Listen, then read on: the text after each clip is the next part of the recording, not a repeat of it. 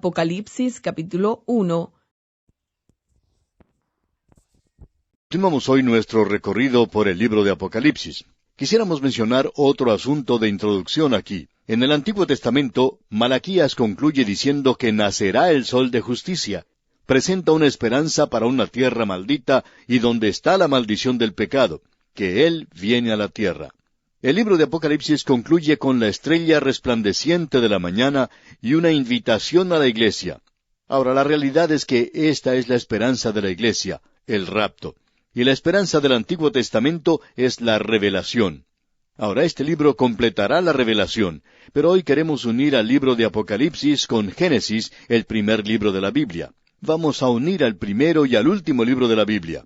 Génesis presenta el principio y Apocalipsis presenta el fin. Aquí podemos ver que todo es contraste. En el Génesis se crea la tierra. En Apocalipsis la tierra pasa. En Génesis se presenta la primera rebelión de Satanás. En Apocalipsis se presenta la última rebelión de Satanás.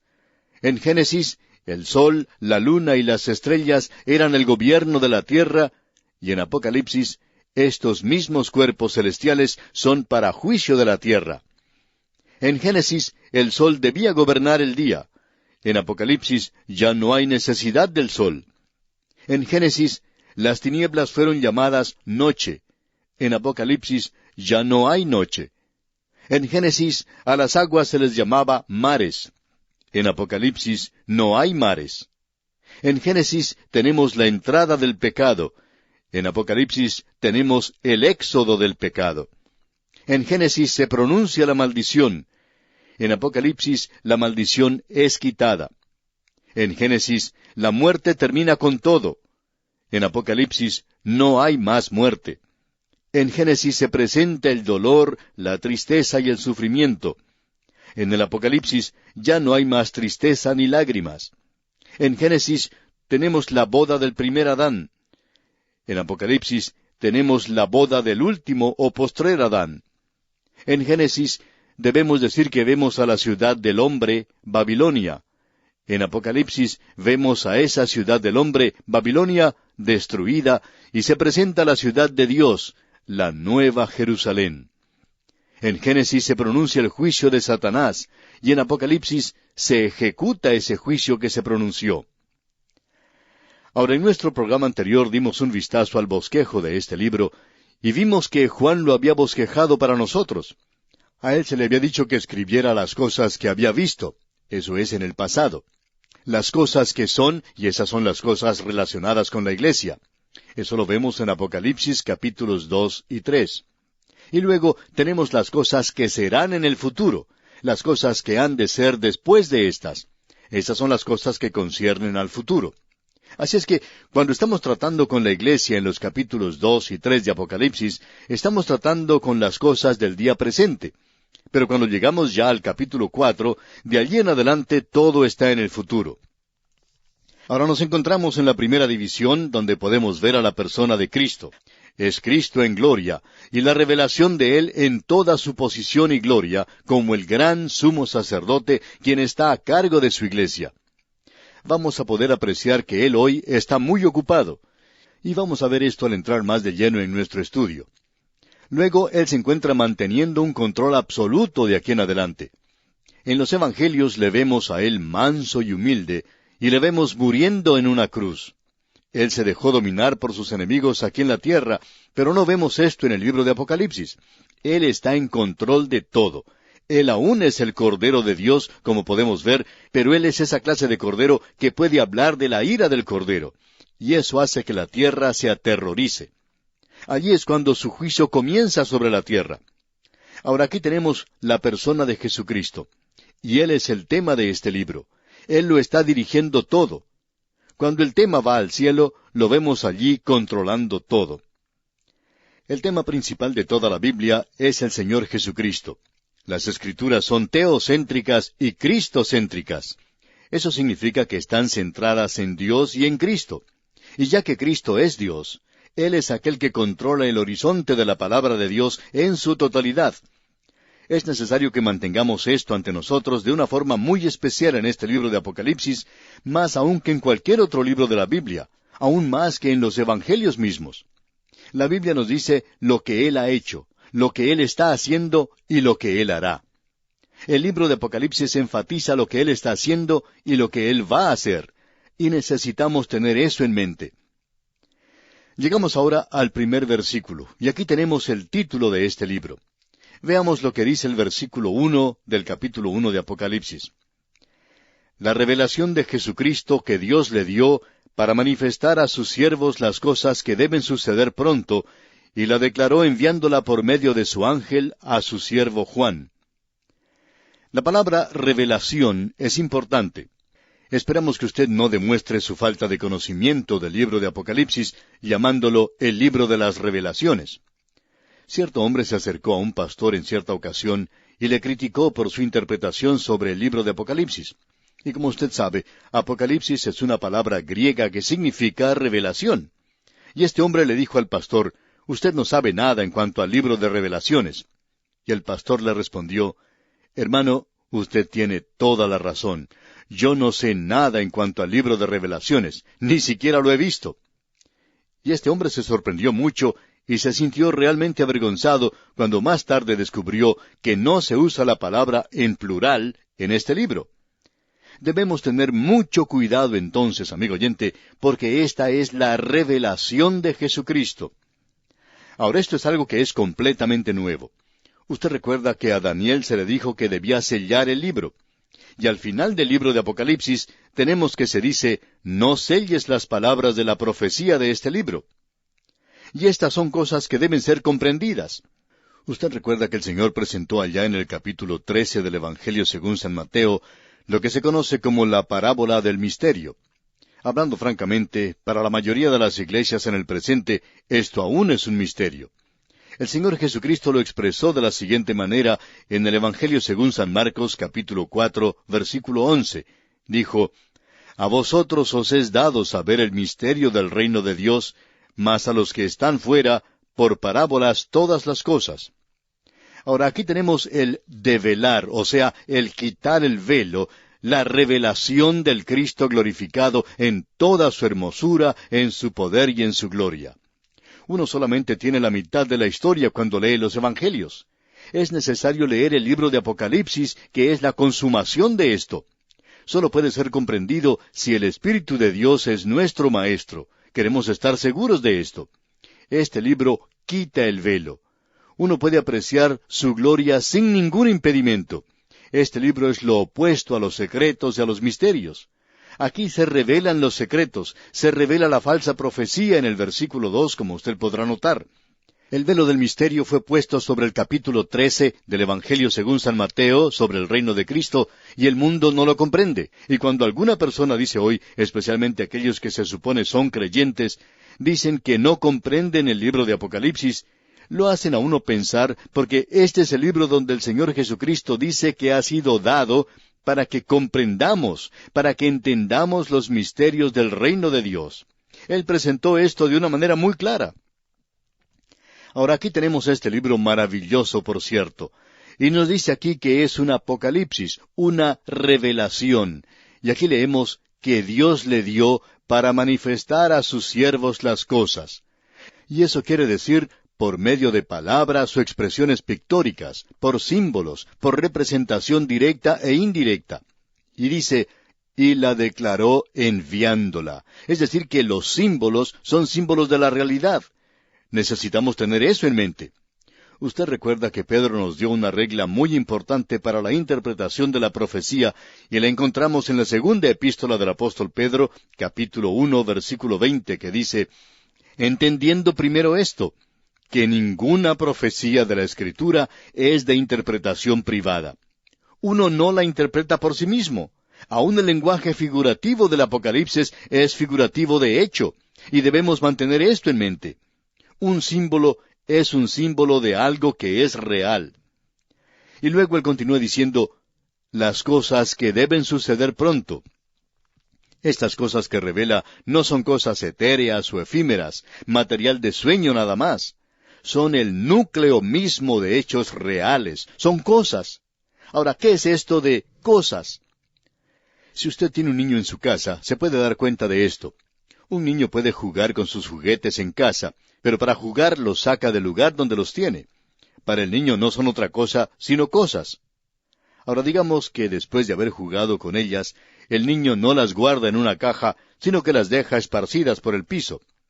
De noche usted se levanta para buscar algo y no recuerda que todas esas cosas están por el suelo y tropieza en ellas y se cae. Y amigo oyente, usted no se cae en algo que es nada más que un símbolo, sino que es algo sólido, es una realidad. Y en cualquier momento en que Juan utiliza un símbolo aquí, él presentará de una manera muy clara que él está utilizando un símbolo porque hay una realidad mucho mayor que este símbolo. Y el símbolo es una representación pobre de la realidad. Él dice aquí en cuanto a estas cosas que deben suceder pronto. Y esta palabra deben demuestra una necesidad urgente, pero una seguridad absoluta. Deben suceder pronto. Ahora esta palabra pronto aquí nos indica algo que creemos es importante de notar de nuestra parte. Esta palabra se repite varias veces en las Escrituras. Por ejemplo, la tenemos allá en el Evangelio según San Lucas, capítulo 18, versículo 8, donde leemos: Os digo que pronto les hará justicia, pero cuando venga el Hijo del Hombre, ¿hallará fe en la tierra? Aquí tenemos nuevamente esta palabra. Os digo que pronto les hará justicia. Ahora, ¿qué es lo que quiere decir? Bueno, quiere decir que cuando la justicia comience, tendrá lugar rápidamente. No habrá necesidad de esperar largamente para que suceda. Esto no implica que Él pronto vendrá, como vamos a ver más adelante. No indica que va a suceder pronto, sino que cuando las cosas de las cuales Juan está hablando comiencen a suceder, sucederán rápidamente. Tendrán lugar pronto, tendrán lugar en un breve período de tiempo. Luego Juan dice aquí la forma en que esto va a suceder, y quisiéramos que usted se dé cuenta de esto, amigo oyente. Dice en el primer versículo de este capítulo 1 de Apocalipsis, la revelación de Jesucristo que Dios le dio. Ahora notemos los pasos de la revelación aquí. Se originó con Dios el Padre, fue dada a Jesucristo, y Él la dio a sus ángeles, y sus ángeles se la dieron a sus siervos, para manifestar a sus siervos las cosas que deben suceder pronto. Así es como fue dado. De Dios el Padre al Señor Jesucristo, luego a los ángeles, de los ángeles a Juan, y de Juan a sus siervos. Y así es como le llega a usted y me llega a mí en el presente, amigo oyente. Estos son los pasos de la revelación. Ahora debemos responder a esto al avanzar en nuestro estudio, ya que alguien quizá diga que nos hemos acorralado porque dijimos que un ángel no estaba conectado con la iglesia. Y todavía decimos eso. Pero creemos que el ángel aquí es un mensajero celestial. Pero, ¿de qué es que Juan nos va a hablar aquí principalmente? De las cosas futuras, de lo que Jesús va a hacer en el futuro. Y comenzando con el capítulo 4, todo estará en el futuro y tiene lugar después que la iglesia salga de la tierra. De modo que es algo muy apropiado aquí, después de que la iglesia salga de la tierra, poder ver a ángeles que ocupan un lugar de prominencia. Así es que esto es cierto al ver la forma en que se desarrollan las cosas en este libro. Ahora, en el versículo 2 tenemos el método de la revelación. Nos dice en el versículo 2 de Apocalipsis, que ha dado testimonio de la palabra de Dios y del testimonio de Jesucristo y de todas las cosas que ha visto. Existe aquí un énfasis que nosotros debemos darle a esto de que ha dado testimonio. La palabra testimonio viene del griego matureo, y la frase está en el tiempo aoristo epistolar. Indica que Juan se coloca a sí mismo donde están aquellos que leen su escritura, donde usted y yo nos encontramos hoy, y que Él mira hacia aquello que está escribiendo, que ha dado testimonio de la palabra de Dios. Y la palabra de Dios aquí creemos que se refiere a Cristo, así como al contenido de este libro. Él es la palabra viviente, y nosotros tenemos la palabra escrita. Y cuando la palabra escrita nos lo revela, Él es la palabra viviente. Ahora aquí se nos dice que es un testigo, más que un testimonio, y eso nos gusta más. Esto ocurre como 90 veces en los escritos de Juan, 50 veces en su evangelio, digamos de paso. Él habla de todo lo que ha visto, él fue un testigo presencial. Volviendo ahora a lo que dijo allá en el versículo 1, él lo declaró. Es como si hubiera sacado fotos de esto. Y esto es televisión, amigo oyente. Este fue el primer programa de televisión que se preparó. Y fue el Señor Jesucristo quien lo presentó desde el cielo a través de sus ángeles, a través de Juan, para usted y para mí. Así es como Él lo quiere. Y aquí tenemos un programa de televisión que puede hacerle mucho provecho si usted lo ve. Ahora también leemos en este versículo 2, y de todas las cosas que ha visto. Es decir que Juan fue testigo ocular de esta visión que se nos presenta aquí, y él no solo oyó, sino que vio. Estas son dos avenidas por medio de las cuales recibimos la mayoría de nuestra información. Y a veces nos preguntamos si quizá Juan no lo olió un poquito también, porque hay partes de este libro donde uno puede percibir el olor también. Y quizá Juan hizo eso. Ahora notemos al entrar al versículo 3 que tenemos una bendición triple. Es decir que esta es la primera de 7 bienaventuranzas de este libro.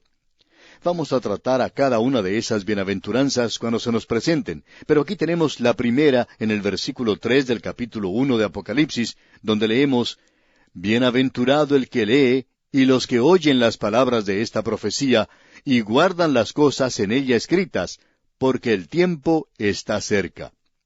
Note usted, «Bienaventurado el que lee». Esto indica aquel que lee esto en la iglesia, el maestro, aquel que lee. Y los que oyen las palabras de esta profecía. Y esto indica la iglesia, los creyentes que están en su clase, aquellos que están en la iglesia. Ellos oyen las palabras. El lector las lee y ellos las oyen.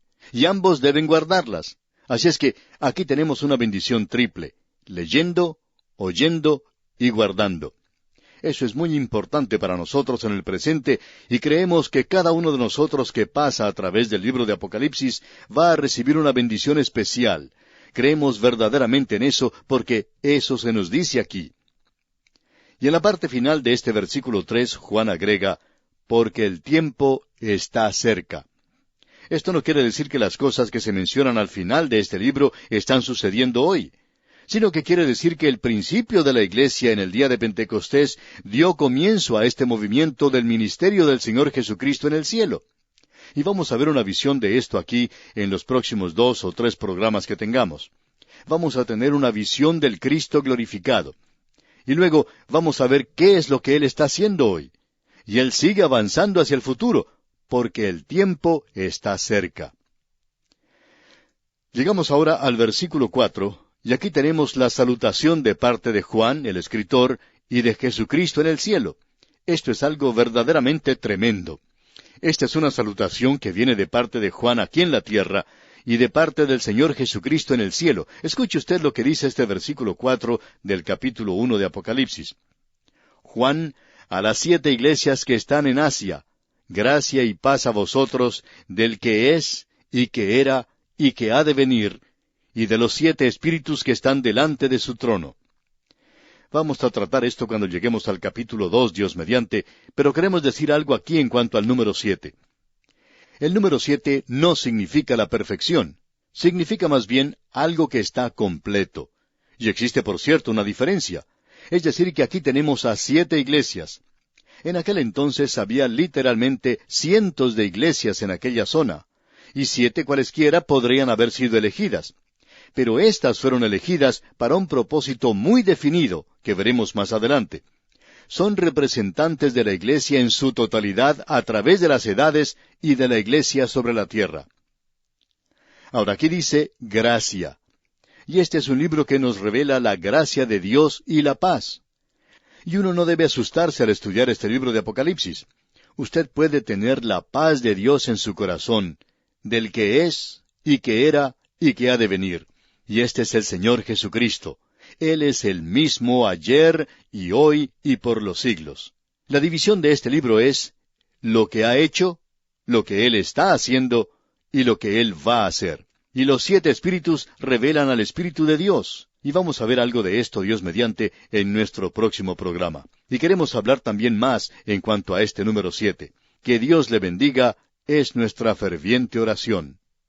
Apocalipsis capítulo 1, versículos 4 al 9. Continuamos hoy, amigo oyente, nuestro recorrido por el libro de Apocalipsis. Y regresamos hoy a esta sección del capítulo 1, versículo 4. Si usted está siguiendo nuestras notas y bosquejos, Notará que aquí estamos dándole énfasis en este primer capítulo a la persona del Señor Jesucristo. Vamos a verle a Él como Cristo en la gloria. De los versículos 4 al 8, tenemos saludos de parte de Juan, el escritor, y del Señor Jesucristo quien está en el cielo, y es un saludo realmente maravilloso. Notemos otra vez lo que nos dice el versículo 4 de este capítulo 1 de Apocalipsis. Juan, a las 7 iglesias que están en Asia, gracia y paz a vosotros, del que es, y que era, y que ha de venir, y de los 7 espíritus que están delante de su trono. Note usted que dice Juan, a las 7 iglesias que están en Asia. Ahora, Asia aquí abarca mucho de lo que nosotros conocemos hoy como Asia Menor. Ahora debemos notar que Juan no coloca ningún título delante de su nombre, y él tampoco se identifica por ninguna otra cosa, sino solamente por su nombre, Juan. Es decir, nos imaginamos nosotros que Juan era muy bien conocido en estas 7 iglesias. Él había sido pastor de la iglesia en Éfeso, y aparentemente tenía supervisión sobre el resto de las iglesias en aquella zona. Ahora aquí se nos dice algo, y es utilizado por primera vez en este libro, y es algo que es dirigido a las 7 iglesias, y también tenemos los 7 espíritus. Y queremos aclarar un poco una vez más porque es de suma importancia. El número 7 tiene un significado religioso en la palabra de Dios, y para la gente del día de Juan, que es algo completamente extraño para nosotros en el presente. Es decir, que nosotros no le asignamos ningún significado religioso a los números, ya que no estamos acostumbrados a hacer esto. El mundo en general le presta mucha atención a los números. Se utiliza mucho en juegos de azar. Pero aquí en la palabra de Dios, el número 7 era un número sagrado. Y queremos dirigir nuestra atención a esto. No quiere decir perfección. El significado es que denotaba lo completo. A veces lo completo significa perfección, aunque no siempre. Pero cuando él utiliza el número 7, habla de aquello que es completo, de aquello que es representativo. El número 7 aquí, y vamos a entrar en esto de una forma muy directa al avanzar en nuestro estudio, porque es el número clave en este libro, tenía que ver en una forma muy particular con los pactos de Dios y sus tratos con Israel. El sábado, por ejemplo, es el 7º día, y la circuncisión y la adoración todos giran alrededor del 7º día. Usted puede notar, al recorrer las páginas de la palabra de Dios, que el pueblo de Israel dio 7 vueltas alrededor de Jericó, y luego en el último día fue alrededor de la ciudad 7 veces, pero fueron 7 días. Y también consideramos lo que ocurrió con Naamán. Tuvo que sumergirse 7 veces en el río Jordán. A él se le había instruido que hiciera eso. Y uno puede encontrar muchas referencias a esto, algo que nosotros no vamos a hacer ahora, pero hubo 7 años de abundancia y 7 años de hambre en la época de José en Egipto, usted recordará. Nabucodonosor estuvo enajenado por 7 años. Hay 7 bienaventuranzas en el Nuevo Testamento. Hay 7 peticiones en la oración del Señor. Hay 7 parábolas en el Evangelio según San Mateo, capítulo 13, y hay 7 panes con los cuales Él alimentó a las multitudes. El Señor Jesucristo habló 7 veces desde la cruz. Uno no puede ignorar un número así como si fuera algo accidental, y cuando uno viene al libro de Apocalipsis, el número 7 se destaca en gran manera. Así es que aún una persona que lee esto casualmente no puede ignorarlo. Ahora Juan dice aquí, a las 7 iglesias que están en Asia. ¿Era que no había otras iglesias allí? Bueno, sabemos que había iglesias en Colosas, en Mileto, en Hierápolis, en Troas y en muchos otros lugares. Podríamos destacar aquí este lugar llamado Hierápolis, que aún hoy existe y está ubicado a unos 16 kilómetros de las ruinas de la Odisea. Hay allí unos 3 moteles y 2 o 3 negocios.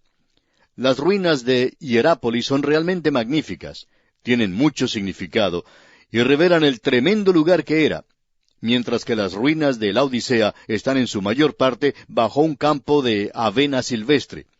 Aún no ha sido excavado, y nos preguntamos por qué él no usó a Hierápolis si iba a utilizar a la Odisea.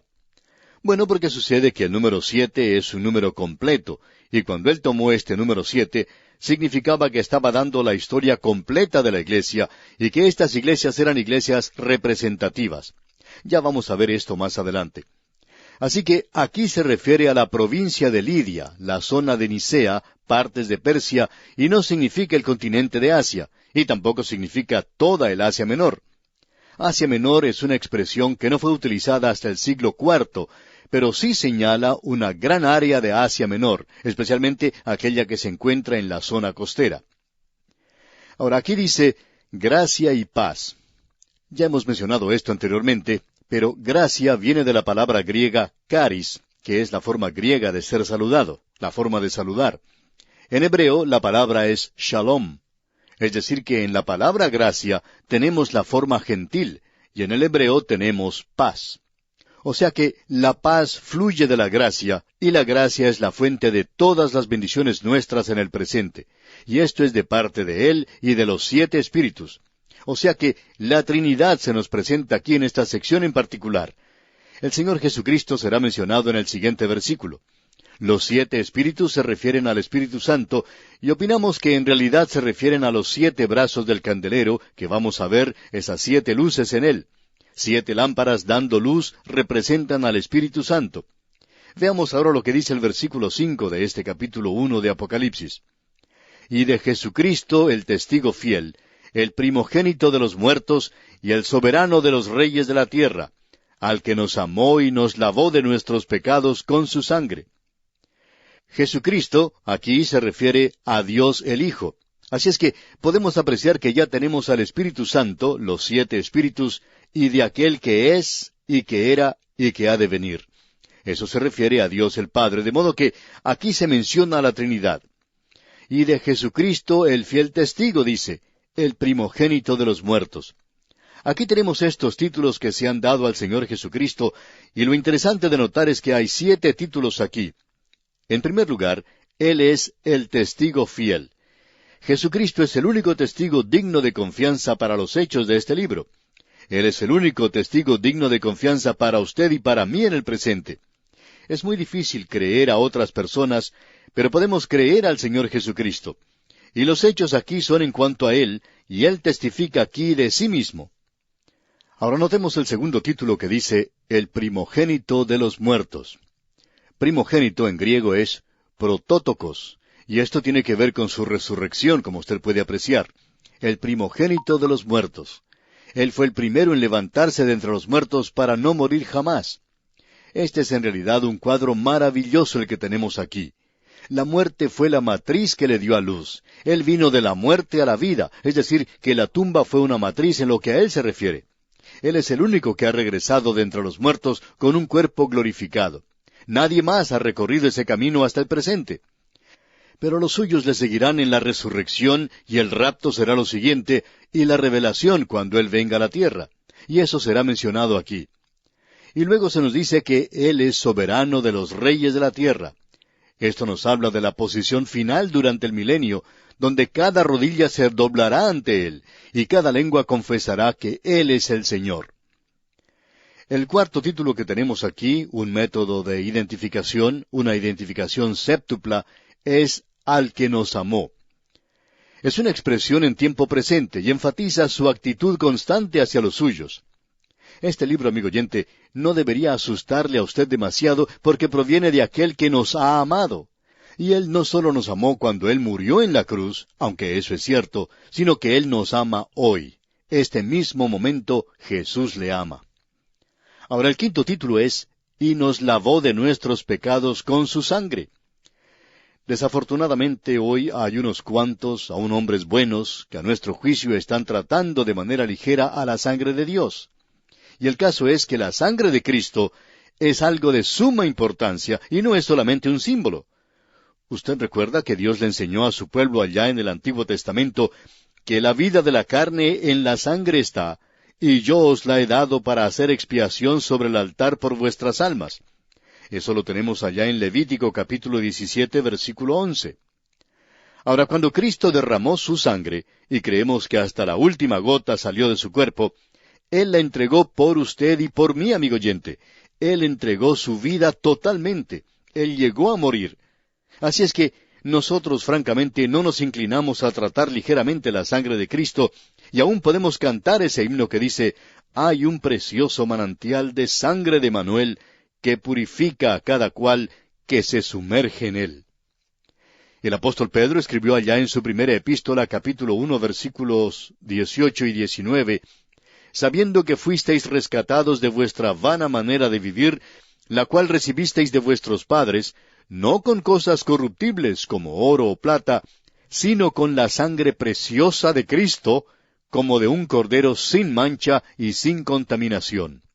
Y a causa de eso, el apóstol Pablo pudo escribirle al joven Timoteo en su primera carta a este joven creyente, en el capítulo 2 y versículo 5, y decirle, porque hay un solo Dios y un solo mediador entre Dios y los hombres, Jesucristo hombre.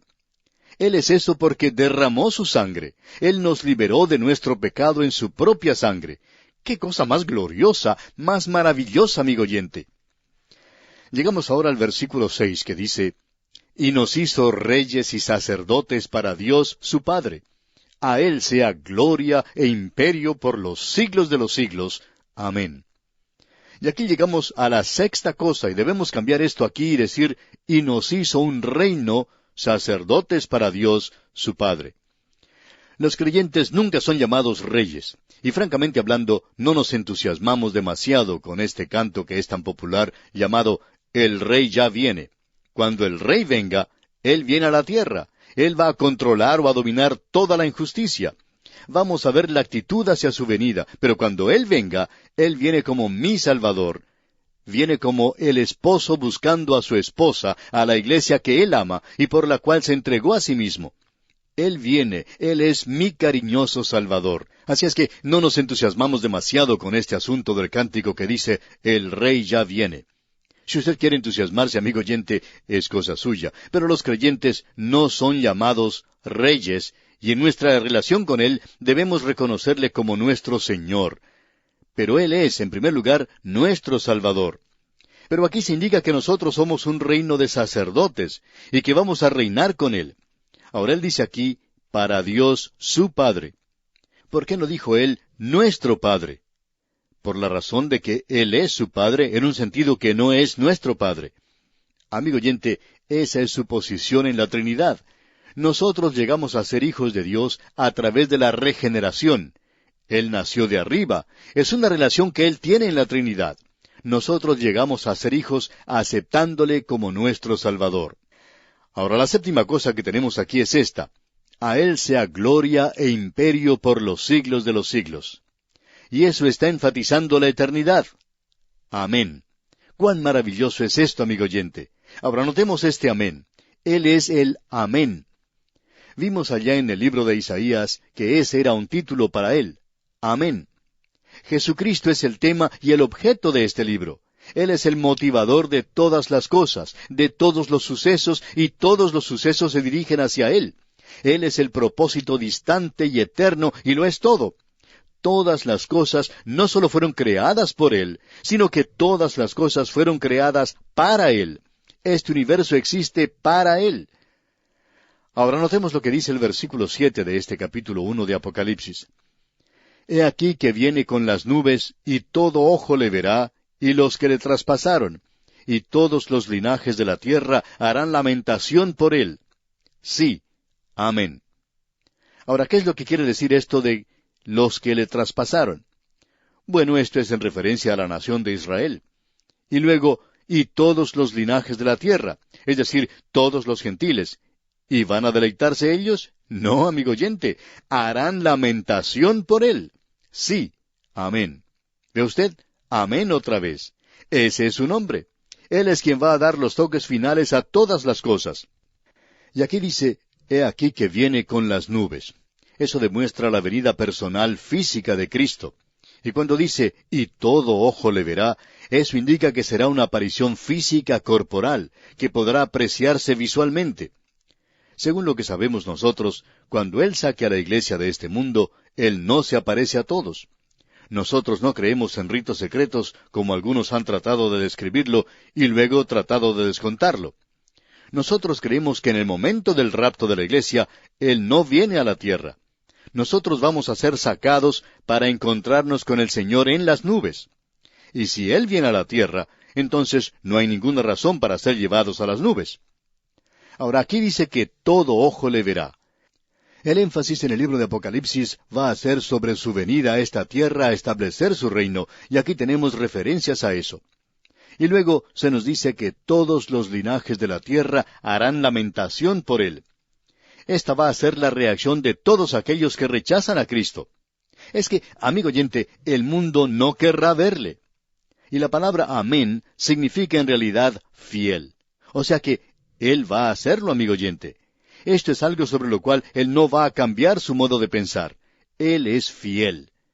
Y luego dice en el versículo 8 de este capítulo 1 de Apocalipsis, Yo soy el Alfa y la Omega, principio y fin, dice el Señor, el que es y que era y que ha de venir, el Todopoderoso. Él es el Alfa y la Omega. Esto es algo muy destacado en el idioma griego. En el texto griego, el Alfa y la Omega son la primera y la última letra del alfabeto griego. Y de un alfabeto uno puede hacer palabras. Él es llamado el Verbo de Dios. Él es la revelación completa y la comunicación inteligente de Dios. Amigo oyente, Él es el único alfabeto que usted puede usar para alcanzar a Dios. El único idioma que Dios habla y comprende es este idioma donde Jesús es el Alfa y la Omega y todas las letras en el medio. Él es la letra A y la letra Z y Él es el abecedario completo. Y si usted, amigo oyente, quiere comunicarse con Él, lo tiene que hacer por medio del Señor Jesucristo. En realidad el énfasis aquí es sobre el principio y el fin. La omega no se detalla, es decir, no se presenta con detalles de la misma forma en que se presenta alfa. Ahora, el alfa se presenta con muchos detalles. ¿Por qué? Bueno, porque Él es el principio, eso ya se ha cumplido. Pero el fin aún no se ha cumplido, así es que, en realidad, Él no lo ha presentado con muchos detalles. Y para nosotros eso es algo sobresaliente. El fin aún no ha sido cumplido, no ha sido completo. Él va a completar el programa de Dios. Ahora, el principio y el fin se refieren a la eternidad del Hijo y a su inmutabilidad.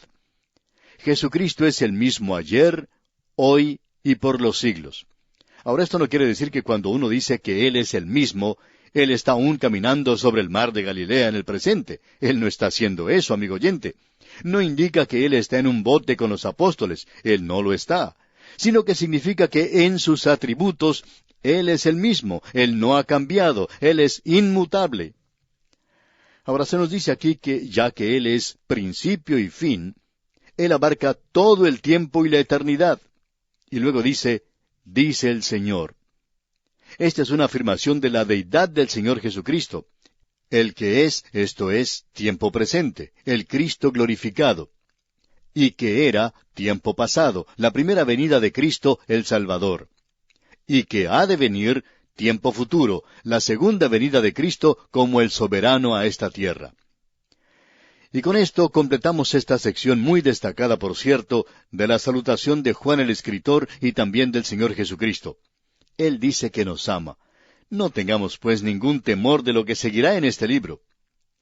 Ahora el versículo 9 de este capítulo 1 de Apocalipsis dice, Yo, Juan, vuestro hermano, y copartícipe vuestro en la tribulación, en el reino y en la paciencia de Jesucristo, estaba en la isla llamada Patmos, por causa de la palabra de Dios y el testimonio de Jesucristo. Esta expresión, yo, Juan, se usa probablemente 3 veces en este libro de Apocalipsis, y las últimas 2 se encuentran al fin de este libro. Y vamos a analizar eso más adelante. Ahora él dice, yo, Juan, vuestro hermano, y copartícipe vuestro en la tribulación. Note usted que dice, en la tribulación, no la gran tribulación. Juan estaba teniendo problemas. Usted recuerda que Domiciano, el emperador romano, le había colocado en la isla de Patmos a causa de las acciones de este hombre. Juan era muy activo en la iglesia de Éfeso, y él tenía supervisión de todas las demás iglesias y estaba enseñando la palabra de Dios. Y uno tiene problemas cuando enseña toda la palabra de Dios. Y aquí él dice, yo, Juan, vuestro hermano, y copartícipe vuestro en la tribulación. ¿Tribulación? Bueno, Juan sabía todo en cuanto a esto. La iglesia primitiva también lo sabía. Y si le toca a usted o a mí, amigo oyente, no es nada nuevo. Y continúa Juan diciendo, en el reino y en la paciencia de Jesucristo, estaba en la isla llamada Patmos por causa de la palabra de Dios y el testimonio de Jesucristo. Permítanos cambiar un poco esto y volver a leerlo. Yo, Juan, quien soy vuestro hermano y copartícipe con ustedes en la persecución por amor a Cristo, en el reino y en la paciencia de Jesús, estaba en la isla llamada Patmos, a causa en cuenta de la palabra de Dios y el testimonio de Jesucristo.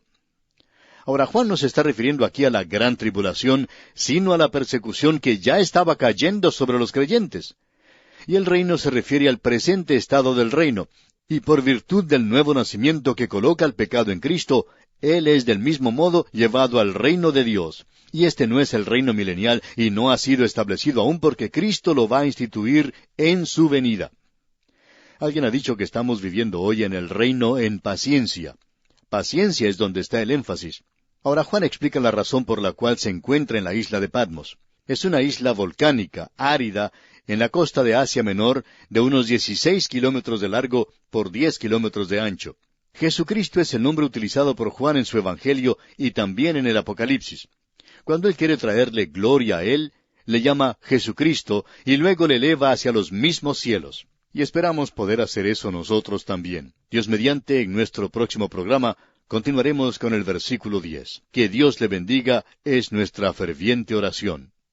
Apocalipsis capítulo 1, versículos 10 al 18. Continuamos hoy, amigo oyente, viajando por el libro de Apocalipsis. Hemos visto, comenzando con el versículo 9, la gran visión que tuvo Juan en la isla de Patmos, y su primera visión fue una visión del Cristo glorificado. Cristo post-encarnado en un cuerpo glorificado, juzgando a su iglesia. En otras palabras, le vemos como el sumo sacerdote en el lugar santísimo. Juan comenzó diciendo que esta visión le fue dada en la isla de Patmos. Domiciano, uno de los emperadores romanos más brutales, le había enviado a él a esa isla, le había enviado al exilio allí, porque ese era el lugar al cual eran enviados los prisioneros del gobierno romano. Allí pues fue enviado Juan, y allí fue donde recibió esta visión. Veamos ahora lo que dicen los versículos 10 y 11, porque necesitamos ver esta tremenda visión que le fue dada a Juan. Los versículos 10 y 11 de este primer capítulo de Apocalipsis dicen: Yo estaba en el Espíritu en el día del Señor, y oí detrás de mí una gran voz como de trompeta que decía: Yo soy el Alfa y la Omega, el primero y el último. Escribe en un libro lo que ves, y envíalo a las 7 iglesias que están en Asia, a Éfeso, Esmirna, Pérgamo, Tiatira, Sardis, Filadelfia y Laodicea. El Espíritu Santo está aquí desempeñando su función. Esa es la razón por la cual oramos para que Él tome las cosas de Cristo y nos las muestre, porque eso es exactamente, como usted bien puede recordar, lo que el Señor Jesucristo dijo que el Espíritu de Dios iba a hacer cuando viniera, que Él iba a tomar las cosas de Cristo y nos las iba a mostrar. Él lo expresó de la siguiente manera, allá en el capítulo 16 del Evangelio según San Juan, versículos 13 y 14. Pero cuando venga el Espíritu de verdad, Él os guiará a toda la verdad, porque no hablará por su propia cuenta, sino que hablará todo lo que oyere, y os hará saber las cosas que habrán de venir. Él me glorificará, porque tomará de lo mío, y os lo hará saber. Ahora estamos observando esta visión de Jesucristo glorificado. No hace falta decir que nos sentimos completamente incompetentes en un lugar así, y solo el Espíritu de Dios puede hacer que esto sea real para nosotros. Pero debemos hacerlo por esta razón, amigo oyente. Usted recuerda que el escritor a los Hebreos dijo allá en el capítulo 3, versículo 1 de esta carta: Por tanto, hermanos santos, participantes del llamamiento celestial, considerad al apóstol y sumo sacerdote de nuestra profesión, Cristo Jesús. Así es que le estamos considerando a Él en su profesión como el sumo sacerdote. Ahora Juan estaba en el Espíritu, es decir que el Espíritu Santo estaba actuando sobre Juan y le estaba dando a él este cuadro panorámico. Esto es cinerama, con vista y sonido. Y aquí tenemos algo que apela a los ojos y a los oídos. Se nos dice aquí que él escuchó un sonido como de trompeta. ¿Quién era?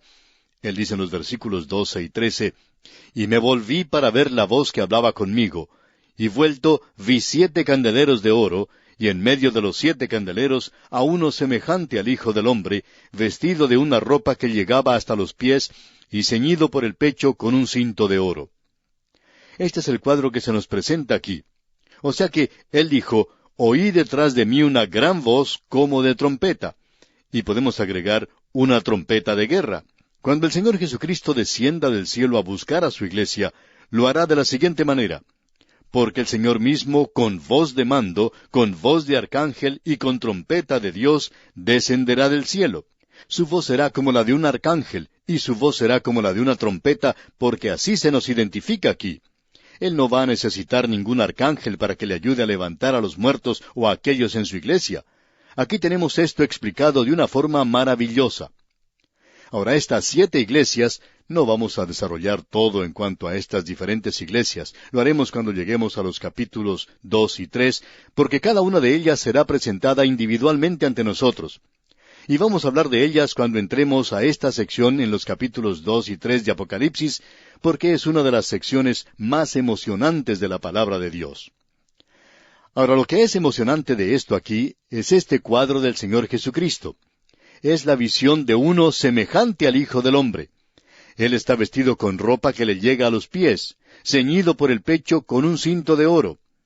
Estos 7 candeleros de oro nos hacen recordar del tabernáculo, y aquí en lugar de ser un candelero con 7 brazos, lo que tenemos ante nosotros son 7 candeleros separados.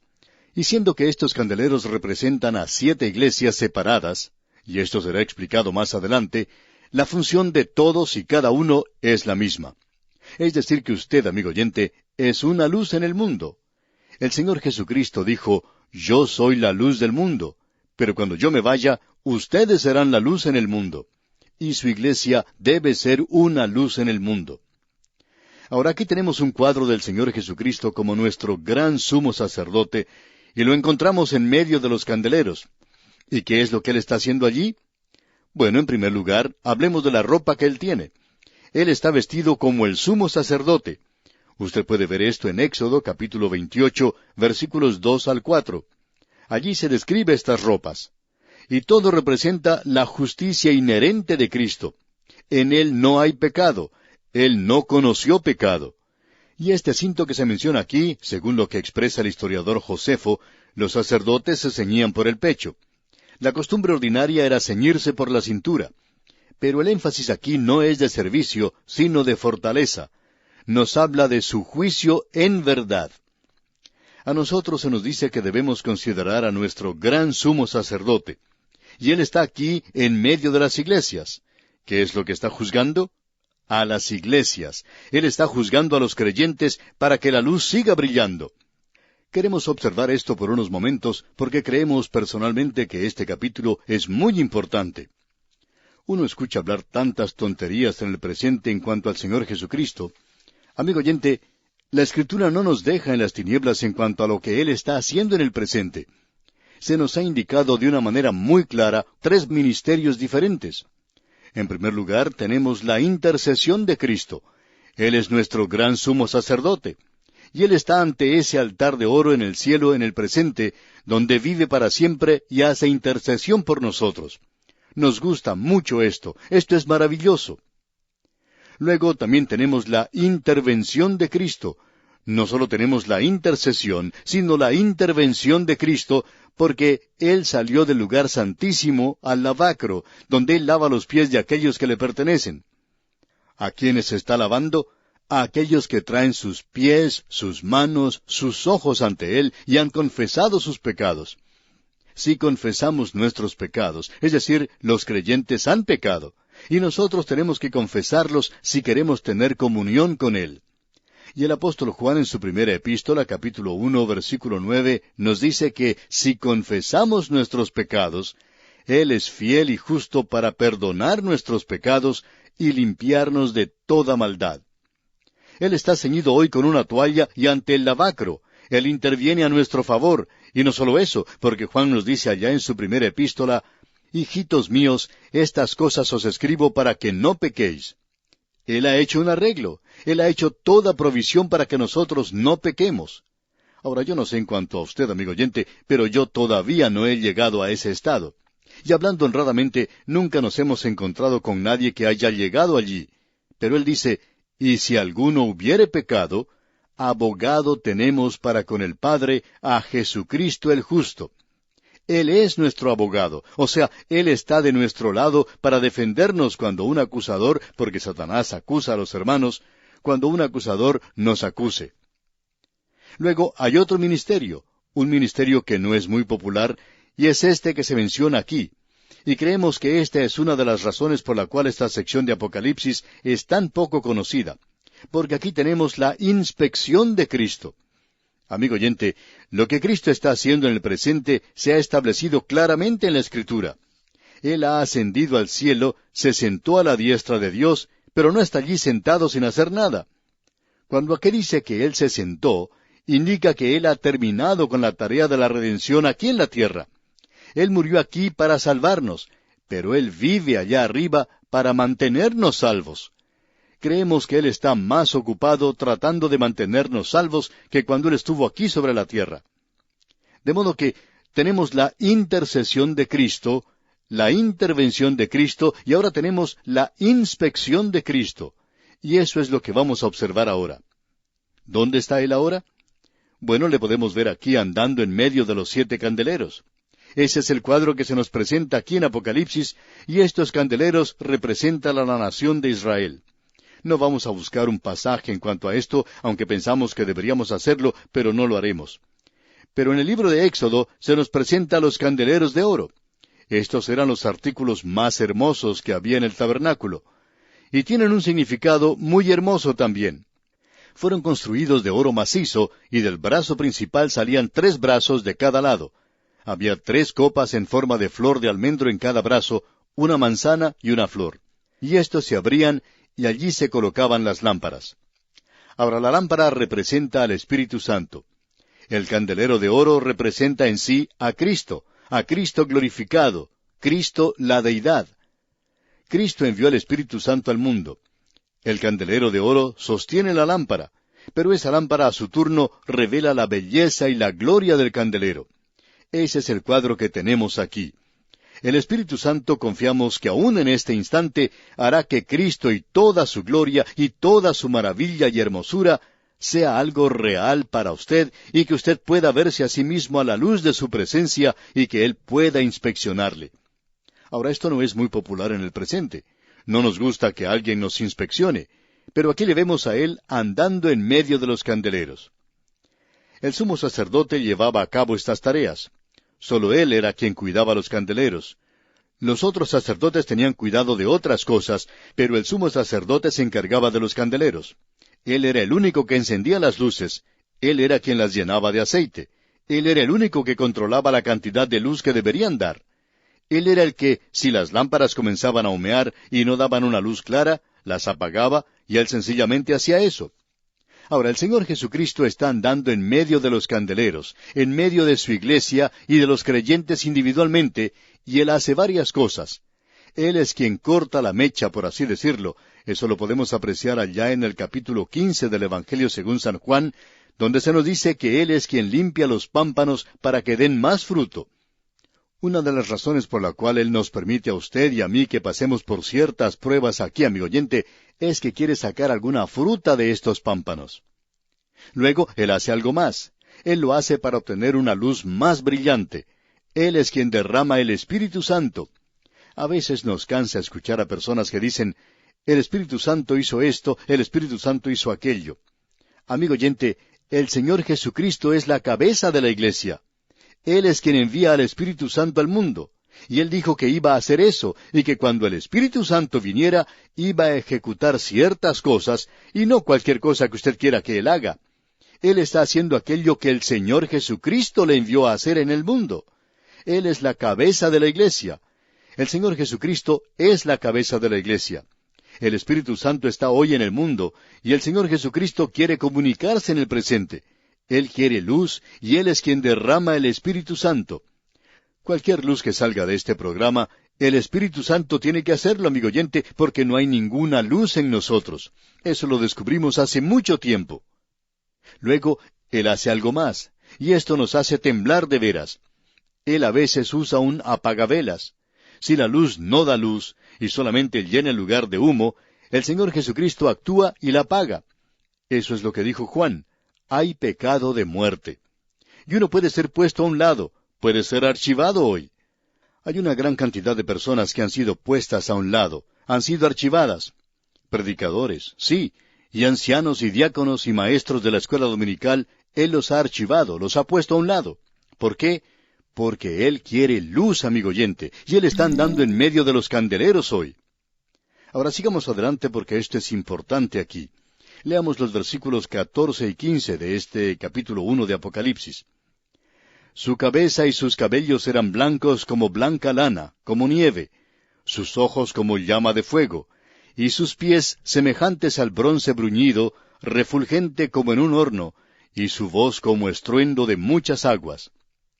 Ahora sus cabellos eran blancos como blanca lana, como nieve. Eso nos habla de la eternidad. Él es el anciano de días. Eso nos habla de su dignidad. Sus ojos como llama de fuego. Esto nos habla de su vista penetrante, y nos muestra que Él es testigo de toda la vida de la iglesia. Él sabe todo en cuanto a usted, y Él sabe todo en cuanto a mí, amigo oyente. Recuerde que Él estaba allá cerca del tesoro del templo y observaba cómo daba la gente. El domingo pasado, Él le observó a usted cuando puso su ofrenda en la iglesia. Usted pensaba que nadie sabía de eso, ¿verdad? Usted recuerda que el Señor Jesucristo miró a Simón Pedro después que éste le había negado, y Simón salió y lloró. Amigo oyente, si usted solo pudiera ver los ojos de su Salvador hoy, recuerde que Él está observándole, le está mirando. Luego dice, y sus pies semejantes al bronce bruñido. Esto es juicio. Este altar de bronce afuera nos habla de su obra en esta tierra cuando Él murió en la cruz por su juicio y el mío, por nuestro castigo del pecado. Y ahora Él está juzgando a aquellos que son suyos. Luego se nos dice que era su voz como estruendo de muchas aguas. Esa es la voz de la autoridad, la voz que Él llamó a este universo a la existencia, la voz que va a resucitar a los suyos de la tumba.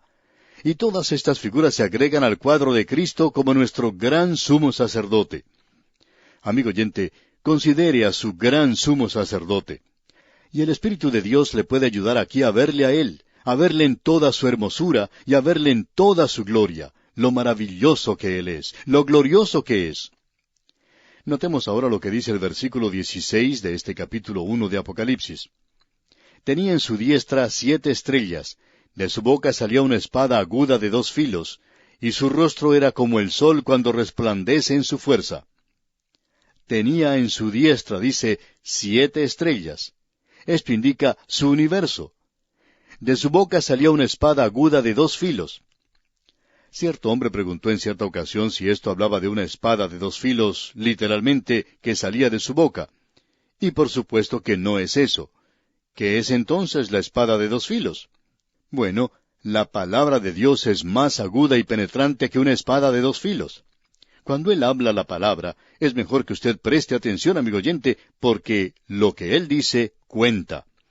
Y en este versículo 16 leemos otra vez, tenía en su diestra 7 estrellas, de su boca salía una espada aguda de 2 filos, y su rostro era como el sol cuando resplandece en su fuerza. Es imposible mirar directamente al sol. Amigo oyente, ¿piensa usted que podrá mirar directamente al Creador que hizo el sol? ¿A aquel que hoy es Cristo glorificado? ¡Cuán maravilloso es esto, amigo oyente! Ahora, las 7 estrellas son identificadas para nosotros en los versículos 17 y 18, que dicen, «Cuando le vi, caí como muerto a sus pies, y Él puso su diestra sobre mí, diciéndome, no temas, yo soy el primero y el último, y el que vivo y estuve muerto, mas he aquí que vivo por los siglos de los siglos. Amén. Y tengo las llaves de la muerte y del Hades». Juan es aquel que era muy amigo de Cristo cuando estaba aquí en la tierra. ¿Recuerda usted cómo él se reclinaba en su pecho en el aposento alto? ¿Recuerda que él podía reprenderle? Este hombre Juan era muy amigo, estaba muy cerca del Señor Jesucristo. Pero cuando él vio al Cristo glorificado allá en la isla de Patmos, él no fue a darle palmadas en la espalda. Él no se acercó al Señor a darle la mano. Él no se acercó para comenzar una conversación, sino que cuando le vio, cayó como muerto a sus pies. Amigo oyente, el Señor Jesucristo está hoy sentado a la diestra de Dios. Y si Él viniera ante usted o ante mí en este instante, y nosotros pudiéramos contemplarle a Él en toda su gloria y en toda su hermosura, usted y yo no nos acercaríamos a Él con familiaridad, no nos acercaríamos a Él y le daríamos palmadas en la espalda, o le daríamos la mano, o tendríamos demasiada confianza con Él, sino que vamos a caer ante Él como muertos y vamos a adorarle y alabarle. Escuche lo que Juan dice aquí en los versículos 17 y 18. Cuando le vi, caí como muerto a sus pies. Y Él puso su diestra sobre mí, diciéndome, no temas, yo soy el primero y el último, y el que vivo y estuve muerto, mas he aquí que vivo por los siglos de los siglos. Amén. Y tengo las llaves de la muerte y del Hades. Esto lo vamos a analizar detenidamente, Dios mediante, en nuestro próximo programa. Permítanos ahora regresar y observar una o dos cosas porque son de suma importancia. En cierta ocasión, un general norteamericano que formaba parte de la OTAN, la Organización del Tratado del Atlántico Norte, informó a varios generales europeos que ellos no estaban sobrellevando su carga de la defensa de Europa y que por tanto la organización estaba perdiendo fuerza y coherencia. Y aunque lo que él dijo tuvo lugar hace ya muchos años, aún hoy se está sintiendo las repercusiones a través de toda Europa. Aunque este hombre tenía razón en lo que dijo, la reacción a esto fue algo amargo y se presentaron toda clase de negativas y excusas. Y todo esto, ¿por qué? Porque al corazón humano no le agrada ser criticado. La naturaleza humana se rebela contra el juicio que se pasa contra ella. A nosotros nos gusta recibir unas cuantas reglas y normas, y esa es la razón por la cual son tan populares estos cursillos que se presentan hoy, porque los creyentes quieren ser legalistas, ya sea que lo sepan o no. No les gusta vivir por gracia. Démosles unas cuantas reglas para que puedan funcionar, y tenemos como resultado un grupo de creyentes todos vendados. Ellos simplemente se ponen una pequeña venda y piensan que eso es todo lo que se necesita para sanar una pierna quebrada o algo por el estilo. ¿Por qué? Porque esa es la naturaleza humana que usted y yo tenemos, amigo oyente. Ronronea como un gatito cuando se lo halaga, pero llega a erizarse como un puercoespín cuando se señala fracaso en hacer una tarea. Y esa es la razón por la cual la posición presente de Cristo y su tarea contemporánea de alguien que inspecciona es ignorada en su gran mayoría por la Iglesia. Él ocupa la posición de juez en la Iglesia, y Él no está halagando a la gente. Él no ignora lo que observa, no cierra sus ojos al pecado y a aquello que está mal. Su acusación constante y su mandamiento a la Iglesia es, como veremos, arrepiéntete y haz las primeras obras, pues si no, vendré pronto a ti y quitaré tu candelero de su lugar. La Iglesia ha ignorado esto y ha tratado de escabullirse de esa acusación a través de todos los tiempos y aún lo hace. Y es el resentimiento natural que se encuentra en el corazón de creyentes tibios en el presente. Y la Iglesia de la Odisea ha prestado muy poca atención a lo que Él tiene que decir en el presente. Alguien ha dicho, hay un hombre en la gloria, pero la Iglesia lo ha perdido de vista. Y con esto concluimos por hoy. Que Dios le bendiga, es nuestra ferviente oración. Apocalipsis capítulo 1, versículos 17 al 20. Continuamos avanzando hoy, amigo oyente, por el libro de Apocalipsis. Estamos en el capítulo 1 y vamos a volver al versículo 10, porque descubrimos, al concluir nuestro estudio anterior, que pasamos por alto un versículo. No lo ignoramos completamente, sino que hablamos de otra verdad presentada allí, y como resultado de eso, dejamos de lado algo que es bastante controversial. Algunos pueden opinar que dejamos esto de lado a propósito, pero hablando honestamente, nunca hemos tenido ese hábito de evitar hablar de algo que es controversial. Y ahora que nos encontramos en el último libro de la Biblia, no vamos a cambiar. Así es que vamos a regresar para ver lo que dice el versículo 10 del capítulo 1 de Apocalipsis. Yo estaba en el Espíritu en el día del Señor, y oí detrás de mí una gran voz como de trompeta. Hablamos en nuestro programa anterior de que Juan estaba en el Espíritu, y también hablamos de una gran voz como de trompeta. Sin embargo, nunca hablamos del día del Señor y lo que eso significa. Honestamente hablando, este es un pasaje controversial, y es un lugar donde hay bastante desacuerdo, y hay desacuerdo entre buenos expositores bíblicos. Hay aquellos que opinan que esto se refiere al día de Jehová. Pero amigo oyente, nosotros no podemos aceptar esto, aunque el gran tema de Apocalipsis tratará con el comienzo del día de Jehová, el cual es el período de la gran tribulación, y luego continúa hacia el reino milenario, y todo eso lo encontramos aquí. Pero Juan está diciendo, yo estaba en el Espíritu en el día del Señor. Bien, el día de Jehová y el día del Señor, a nuestro juicio, son en realidad dos cosas diferentes. Parecería que fueran la misma cosa, pero son completamente diferentes. Según entendemos nosotros, esta expresión, día del Señor, aquí, indica lo que nosotros llamamos domingo. Nosotros hemos aceptado eso en el pasado y lo aceptamos en el presente. Reconocemos que hay algunos grandes expositores bíblicos que dicen que debería ser el día de Jehová, y que no hay en realidad evidencia alguna para decir que se está refiriendo al primer día de la semana. Bueno, por cierto que nosotros pensamos que sí la hay, pero no nos queremos meter ahora en argumentos que causen desacuerdo. Lo único que tenemos en mente es que queremos presentar lo correcto, y por supuesto uno puede irse al otro extremo, al otro punto de vista. Pero siendo que usted quiere estar en lo correcto, pues estará de acuerdo con nosotros. Bien, de cualquier modo, ya hemos tratado con esto y le hemos presentado nuestra propia interpretación, y hemos sugerido que la otra es una interpretación que algunos destacados expositores y eruditos ahora aceptan. Y nosotros ciertamente respetamos el punto de vista de ellos. Bien, vamos a seguir adelante y vamos a considerar lo que nos dicen los versículos 17 y 18, y vamos a leer estos versículos otra vez hoy. Aquí estamos observando al Cristo glorificado. Le estamos observando en una de sus funciones hoy como nuestro gran sumo sacerdote. Y como nuestro gran sumo sacerdote, Él está llevando a cabo su labor ante el altar de oro en el lugar santo, donde Él vive siempre para hacer intercesión por nosotros. Esto es algo maravilloso.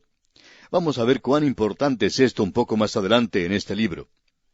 Luego, Él sale al lavacro, donde Él hoy lava nuestros pies, nuestras manos, nuestros ojos, porque los ensuciamos pasando por este mundo. Y si confesamos nuestros pecados, Él es fiel y justo, y siempre está dispuesto a limpiarnos y perdonarnos. Y lo importante es que Él nos limpia, Él nos lava. El Señor Jesús aún está en esta tarea de lavar los pies.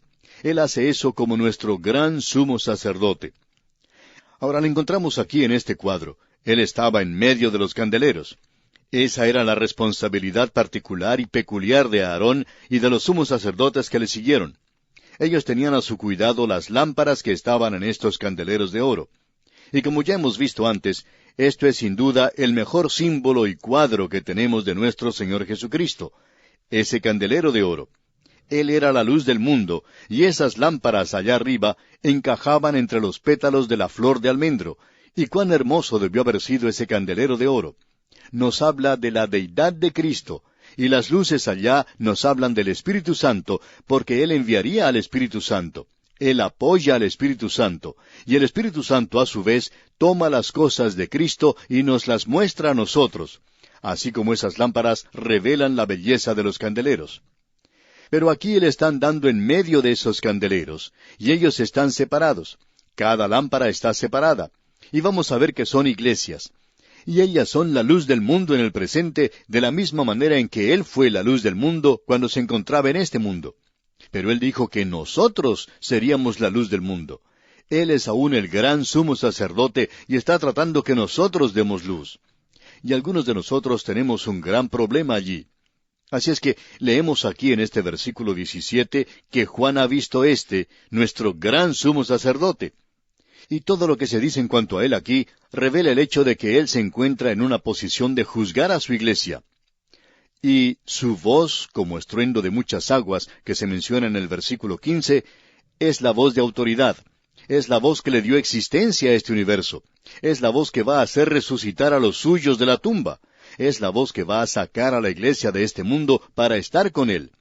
Y es su voz de autoridad que hoy debería seguir la iglesia. Veamos lo que nos dicen los versículos 17 y 18 de este capítulo 1 de Apocalipsis. Cuando le vi, caí como muerto a sus pies, y él puso su diestra sobre mí, diciéndome, no temas, yo soy el primero y el último, y el que vivo y estuve muerto, mas he aquí que vivo por los siglos de los siglos. Amén. Y tengo las llaves de la muerte y del Hades. El efecto que tuvo esta visión en Juan es que lo dejó completamente paralizado. Este es el mismo hombre que era tan amigo de él. Él era quien reclinaba su cabeza en el seno del Señor allá en el aposento alto, y quien hasta le reprendió cuando estuvo aquí en la tierra. Pero ahora Él cae a sus pies como muerto. Y amigo oyente, si Juan hizo eso, cuando usted y yo lleguemos a la presencia del Señor Jesucristo, no vamos a hablar familiarmente con Él. Él es el Cristo glorificado hoy. No nos gusta la forma en que el Señor Jesús es tratado hoy en día. Se le dice Jesús nada más. Jesús esto y Jesús aquello, como si fuera un amigo personal. Pero Él no es eso, amigo oyente. Se muestra hoy mucha falta de respeto y reverencia para con el Señor. Tampoco nos gustan esos cánticos de hoy que dicen que Jesús es un amigo mío. Y algunos quizá digan que somos difíciles de complacer. Por cierto que así es. Y si nos preguntan por qué, debemos decir esto. Él dijo, vosotros sois mis amigos si hacéis lo que yo os mando. Y cuando vemos a alguien que pasa al frente en la iglesia, a la plataforma con una guitarra, o con una trompeta, o con un acordeón, o cualquier otro instrumento, o que va a predicar en la iglesia en cuanto a Jesús como amigo mío, pues sentimos el deseo de decirle a esa persona, bueno, nos imaginamos que usted está obedeciéndole porque Él dice, vosotros sois mis amigos si hacéis lo que yo os mando. Creemos que es necesario reconocer eso y que no debemos volvernos tan confianzudos con Él. Pero lo maravilloso de esto aquí es que Él dice, no temas. Y esa es la expresión, el saludo de la deidad cuando se dirige a la humanidad. Y Él da 4 razones para no temer. Él dice, yo soy el primero y el último. Eso habla de su deidad. Él salió de la eternidad y avanza hacia la eternidad. El salmista dice, desde el siglo y hasta el siglo, tú eres Dios. Y esta palabra siglo indica un punto en la lejanía que se desvanece. Así es que es desde un punto en la lejanía que se desvanece en el pasado hasta un punto en la lejanía que se desvanece en el futuro, Él es Dios. Y hasta donde uno desee proyectarse a sí mismo, Él es Dios. Tenemos entonces que habla de su deidad. Y Él es el primero porque no hubo nadie antes de Él, y Él es el último porque no hay nadie que le siga. Ahora, la segunda razón que tenemos para no temer es que Él dice, y el que vivo y estuve muerto. Y eso habla de su muerte redentora y su resurrección. Y eso es exactamente lo que dijo el apóstol Pablo. La mayoría de nosotros tenemos complejo de culpa. Tememos que alguien nos señale y nos diga, usted es culpable. Por supuesto que lo somos. Pero el apóstol Pablo hace una pregunta ya en su epístola a los Romanos, capítulo 8, versículo 34, donde dice, ¿quién es el que condenará?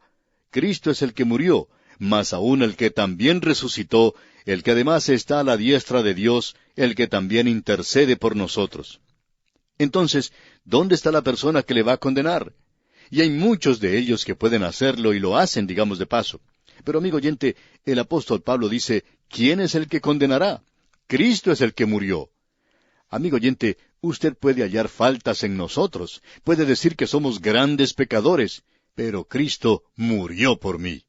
Queremos que usted sepa esto. Mas aún el que también resucitó. Él resucitó para nuestra justificación, para demostrar que somos perdonados y que vamos a ir al cielo algún día. ¡Cuán maravilloso y glorioso es esto, amigo oyente!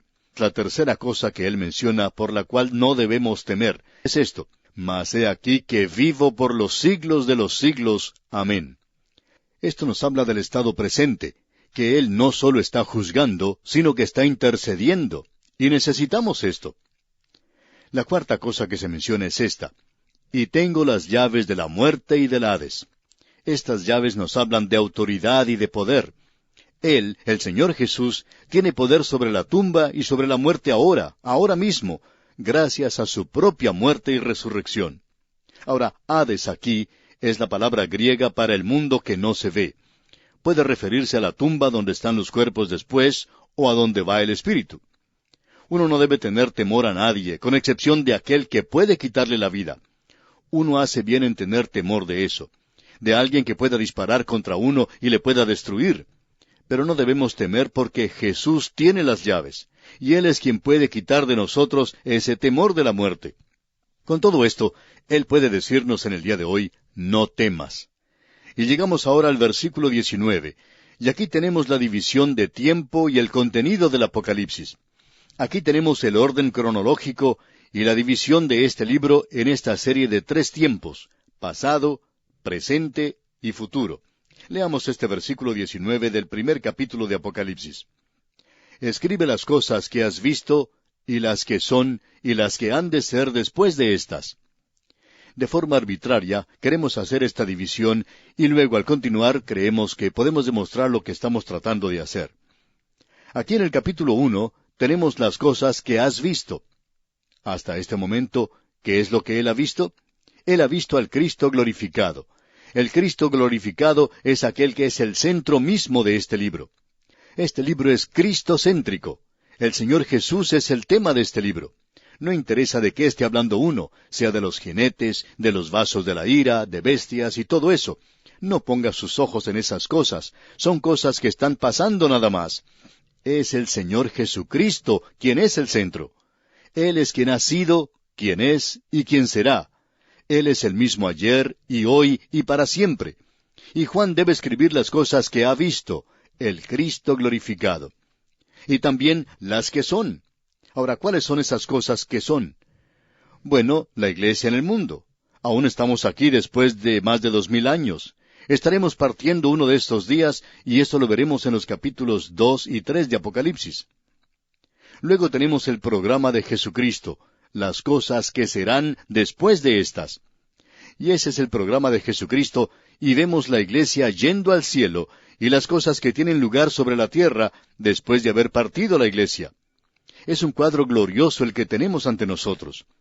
Debemos reconocer que el Señor Jesucristo es el centro y corazón mismo de este libro. Y con esto llegamos al versículo 20, el último versículo de este capítulo 1 de Apocalipsis, donde dice: El misterio de las 7 estrellas que has visto en mi diestra, y de los 7 candeleros de oro. Las 7 estrellas son los ángeles de las 7 iglesias, y los 7 candeleros que has visto son las 7 iglesias. Como usted puede notar, amigo oyente, Juan presenta claramente cuándo él está utilizando símbolos, y él nos ayudará a comprender lo que esos símbolos significan. De otro modo, él está hablando de esa misma cosa que menciona, y si usted no puede espiritualizar estos símbolos porque son símbolos de algo, entonces él los presenta claramente aquí. Ahora él dice que esto es un misterio. Así es que este es un secreto sagrado, que no había sido revelado hasta el momento de esta escritura, hasta el momento en que fue dado a Juan, y pertenece específicamente a aquello que Juan ha visto. Él ha visto al Cristo glorificado. El apóstol Pablo le vio a él en el camino a Damasco. Pero, ¿qué fue lo que vio? Él mismo dice: vi una luz del cielo que sobrepasaba el resplandor del sol. Bueno, amigo oyente, yo ni siquiera puedo mirar al sol. Y no creemos que el apóstol Pablo pudiera tampoco hacerlo. Pero él no lo pudo ver a él en toda su gloria. Pero sabía que estaba allí. Y esto causó una ceguera en Pablo que le duró el resto de su vida. Ahora aquí se nos identifica a las 7 estrellas como los 7 ángeles. Las estrellas representan autoridad. A los apóstatas hoy se les llama estrellas errantes. Eso lo vimos allá en Judas, versículo 13. Los ángeles pueden ser humanos o divinos. La palabra, por supuesto, significa mensajeros. Y podría referirse a un mensajero de las huestes angelicales del cielo. Puede referirse a uno que está a cargo de una congregación o a un maestro. A nosotros nos gusta pensar de esto personalmente como que se refiere a los pastores locales de las 7 iglesias que vamos a considerar. Hablando francamente, amigo oyente, nos gustaría ver que se le llame ángel a un pastor, porque a veces se les llama muchas otras cosas. Si nos perdona, amigo oyente, nos gustaría mantenernos en esto. Bien, los 7 candeleros representan a las 7 iglesias de Asia. Ellas a su vez representan en realidad a la iglesia en su totalidad, la iglesia como el cuerpo de Cristo. Y con esto llegamos al capítulo 2 de Apocalipsis, y aquí en este capítulo 2, y también en el capítulo 3, tenemos la posesión de Jesucristo, es decir, la iglesia que es su cuerpo, la iglesia que Él amó y por la cual se entregó, y los creyentes en ella, los cuales le fueron dados a Él por el Padre. Y Él le da gracias al Padre por eso, allá en su oración en el capítulo 17 del Evangelio según San Juan. Ahora aquí estamos tratando con 7 iglesias, y esto cubrirá todas las iglesias, y ya vamos a ver esto. Y después del capítulo 3, la iglesia brilla por su ausencia. Hasta el capítulo 4, la iglesia ha sido mencionada 19 veces, Pero después del capítulo 4 hasta el capítulo 20, donde tiene lugar el juicio ante el gran trono blanco, la iglesia no se menciona ni una sola vez. La reacción normal es la de preguntar en cuanto al destino y la ubicación de la iglesia durante este período. Por cierto que la iglesia no está en el mundo, ha sido sacada ya del mundo. Estas 7 cartas tienen una interpretación y una aplicación triple. En primer lugar, tienen un significado contemporáneo, es decir, que tienen un mensaje directo para las iglesias locales del día de Juan. Nosotros vamos a llevarle a usted, amigo oyente, en los próximos estudios que tengamos, a la localidad de estas 7 iglesias. Ahora, sería maravilloso que pudiéramos visitar estas localidades personalmente, porque opinamos que uno se acerca más a la Biblia visitando estas 7 iglesias que visitando o caminando a través de la tierra de Israel. Conociendo que no podremos hacerlo personalmente, vamos a hacerlo por medio de este estudio. Y aquí había un mensaje que era muy obvio. Uno puede apreciar las ruinas de esas iglesias a las cuales les escribía Juan y de las cuales él conocía tanto. El comentarista Sir William Ramsay dijo, «La persona que escribió estas 7 cartas a las 7 iglesias había estado allí y conocía las condiciones locales». Ahora hay un segundo significado, y es conocido como un significado compuesto. Es decir, cada uno es un cuadro compuesto de la iglesia. O sea que hay algo que se puede aplicar a todas las iglesias en todas las edades, y cada uno de los mensajes a cada iglesia individualmente. O sea que cuando usted lee el mensaje a la iglesia de Pérgamo, usted puede tener allí un mensaje para su propia iglesia y para usted personalmente. Ese es el mensaje compuesto que está allí. Y luego hay una tercera interpretación y aplicación, y es la que vamos a enfatizar, y es que es algo cronológico. Primero tenemos lo contemporáneo. Segundo, lo compuesto. Tercero, lo cronológico. Y aquí se presenta la historia panorámica de la iglesia. Se presenta en las 7 cartas, de Pentecostés a Parucía, del aposento alto al aire alto. Hay 7 periodos definidos en la historia de la iglesia. Y aparentemente nos encontramos en el último en el presente, y es el de la Odisea, o muy cerca a ese período. Éfeso representa la iglesia apostólica, la iglesia en su mejor momento. Ese es el primero. La Odisea, la última iglesia, representa la iglesia apóstata, bien lejos de lo apostólico a lo apóstata. Y este cuadro tan patético se ha cumplido en su gran mayoría, y es ahora la historia de la iglesia. Y eso lo hace algo muy destacado, por cierto. Ahora el Señor seguirá un formato muy definido en dirigirse a cada una de las iglesias. Esa es la razón por la cual decimos que el libro de Apocalipsis es principalmente un libro muy sencillo, porque se nos presenta en este libro el material mejor organizado que puede uno encontrar en cualquier libro de la Biblia. No hay ningún otro libro en la Biblia que sea tan organizado como lo es este, y nosotros vamos a seguir un formato muy bien definido. Vamos a dejar esto, pues, para la próxima oportunidad, porque comenzaremos entonces a estudiar la iglesia en Éfeso. Es nuestra oración que Dios le bendiga en gran manera. Apocalipsis capítulo 2, versículos 1 al 4. Continuamos hoy, amigo oyente, nuestro viaje por el libro de Apocalipsis, y llegamos al capítulo 2. Aquí comienza la segunda división principal de este libro, donde se habla de las cosas que son, cosas relacionadas con la iglesia. Y vamos a ver qué dice cada uno de estos mensajes que comienza aquí con esta carta a la iglesia en Éfeso, y la encontramos en los primeros 7 versículos, una carta que el Señor Jesús envía a esta iglesia. Probablemente no estemos muy familiarizados con la realidad de que en el primero y el segundo siglos, el escribir cartas era una cosa muy común en el Imperio Romano. Había una comunicación abundante a través del Imperio Romano en aquel período, así es que estas 7 cartas del Apocalipsis son muy destacadas por